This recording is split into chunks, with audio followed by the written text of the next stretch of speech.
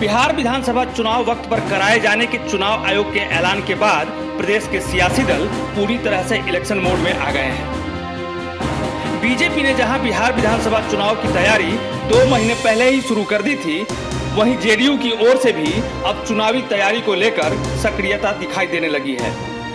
इन सबके बीच बिहार एनडीए में भी सीट शेयरिंग को लेकर अटकलों का दौर शुरू हो गया है। सूत्रों की माने तो इस बार के चुनाव में बीजेपी और जेडीयू 105 सीटों पर चुनाव लड़ेगी, जबकि बाकी के 33 सीटों में से 23 सीट एलजेपी और 10 सीट मांझी की पार्टी को मिल सकती है।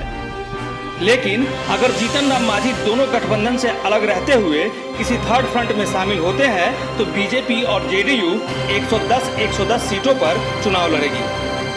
सूत्रों के मुताबिक बिहार विधानसभा चुनाव में सीटों का बंटवारा 2019 के लोकसभा चुनाव की तरह ही होना है, यानी विधानसभा चुनाव में भी बीजेपी और जेडीयू बराबर सीटों पर चुनाव लड़ेगी। हालांकि जो खबर सामने आ रही है उसके मुताबिक एनडीए में फिलहाल सीट बंटवारे को लेकर कोई चर्चा नहीं हुई है। बीजेपी के नेताओं का कहना है कि एनडीए में सीट बंटवारे को लेकर कोई विवाद नहीं है और सही वक्त पर सीटों का बंटवारा भी कर लिया जाएगा।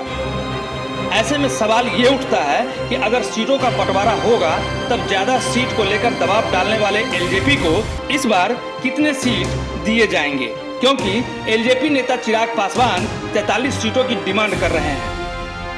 ऐसे में एनडीए में सीट बंटवारे को लेकर जिस फॉर्मूले की बात हो रही है वो चिराग पासवान को मंजूर होता है या नहीं, ये देखना दिलचस्प होगा। न्यू इंडिया पोस्ट की रिपोर्ट।